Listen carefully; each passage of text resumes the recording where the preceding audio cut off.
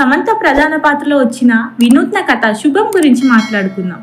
కొత్త దారుల్లో సాగిన ఈ సినిమా ప్రేక్షకుల మనసుల్ని ఎంతవరకు తాకిందో చూద్దాం. శుభం ఒక పేరే అనుకున్నప్పటికీ కథలో మాత్రం ఊహించని మలుపులు ఉన్నాయి. సమంత నటనకి ఒక ఛాలెంజ్ లాంటి పాత్ర ఇది. ఈ కథా చిత్రం ప్రేమ, భయం మరియు జీవన ఆత్మవిశ్వాసాన్ని ఆధారంగా తీసుకుని రూపొందించబడింది. మొదటి ఫ్రేమ్ నుంచి మనసును ఆకట్టుకునే విధంగా తెరకెక్కించాడు దర్శకుడు. సమంత శుభ అనే పాత్రలో జీవించిపోయిందనొచ్చు.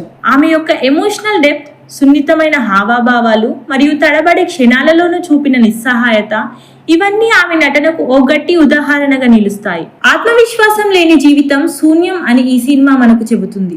ఓ మహిళ తన బాధలను అధిగమించి ఎలా వెలుగులోకి వస్తుందనేదే ఈ సినిమా అసలు మెసేజ్.